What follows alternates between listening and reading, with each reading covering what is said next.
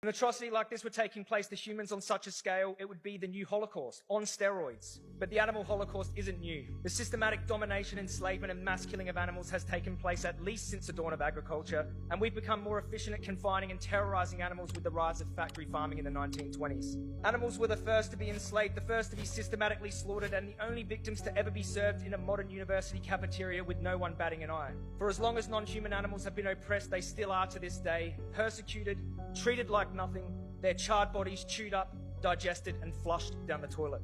The utter disregard and contempt for these sentient beings is unmatched. But why are their lives disregarded? Well, just like racism or any other form of discrimination, it all starts in the mind first. Speciesism.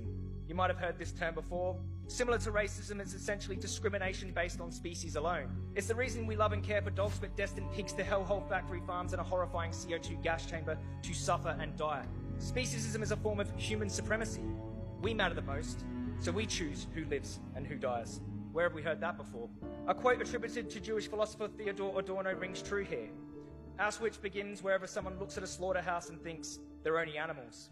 You see, the species sees animals as so far below us that it becomes morally permissible to treat them like their lives don't matter. And throughout history, we've heard different oppressors lowering humans to the status of animals in order to justify killing them too. This speciesist language tends to precede many mass atrocities and war crimes. But in a world where we respected animals to begin with, this dehumanization could never be used to justify the unjustifiable. Famous author and vegetarian Leo Tolstoy wrote, "As long as there are slaughterhouses, there will be battlefields." And I too believe that we can never truly be at peace while we continue to otherize, belittle, terrorize, subjugate, and mass slaughter based on a morally irrelevant trait like species. You see, the human oppression of other animals not only hurts the animals, but also harms our collective moral fibre. And our supremacist attitude towards our fellow creatures of Earth emanates out into the way we treat each other.